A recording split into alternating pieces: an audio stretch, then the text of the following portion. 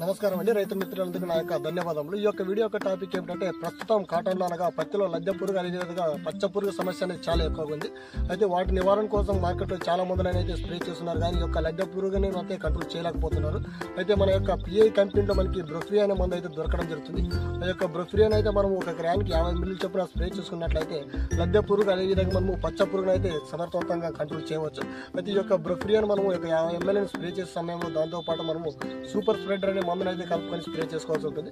అయితే ఈ యొక్క బ్రొఫ్రియాని 50 ml మనము ఒక ఎకరానికి ప్రతి ఒక్కరు 5 నుండి 6 గంటలు 6 ట్యాంకుల వరకు స్ప్రే చేస్తూ ఉంటారు. అయితే మనం 7 నుండి 8 ట్యాంకుల వరకు మొక్క అనేది తడిసే విధంగా స్ప్రే చేసుకున్నట్లయితే మన యొక్క పత్తి పంటలో అయితే మనకి ఎలాంటి లద్దె పురుగు పచ్చ పురుగు అనేది ఉండదు. అదేవిధంగా మనకి ఆకు అనేది మెత్తదనం రావడం జరుగుతుంది. మీరు ఇక్కడ చూసుకోవచ్చు, ఈ యొక్క దాంట్లో మనము బ్రొఫ్రియా అయితే స్ప్రే చేయడం జరిగింది. స్ప్రే చేసిన తర్వాత ఈ యొక్క ఆకు అనేది ఏ విధంగా ఉంది మనకి ఇప్పుడు రిజల్ట్ కనిపిస్తుంది. అయితే ఇంతకు ముందు ఈ యొక్క తోటలో మనకి పక్క స్క్రీన్ పైన కూడా చూడవచ్చు లద్దె పురుగు అనేది ఏ విధంగా ఉందనే దాని గురించి కూడా. దీనిని స్ప్రే చేసిన మనకి ఇప్పటికీ దాదాపు 8 నుండి 10 రోజులు అవ్వడం జరుగుతుంది. ఈ యొక్క పంటలో ఎలాంటి లద్దె పురుగు పచ్చ పురుగు అనేది ఏ విధంగా లేదు. మరి మన కాటన్లో లద్దె పురుగు పచ్చ పురుగు కనుగొన కోసం మన యొక్క బ్రొఫ్రియాని అయితే స్ప్రే చేసుకోవాల్సిందిగా కోరుతున్నాను.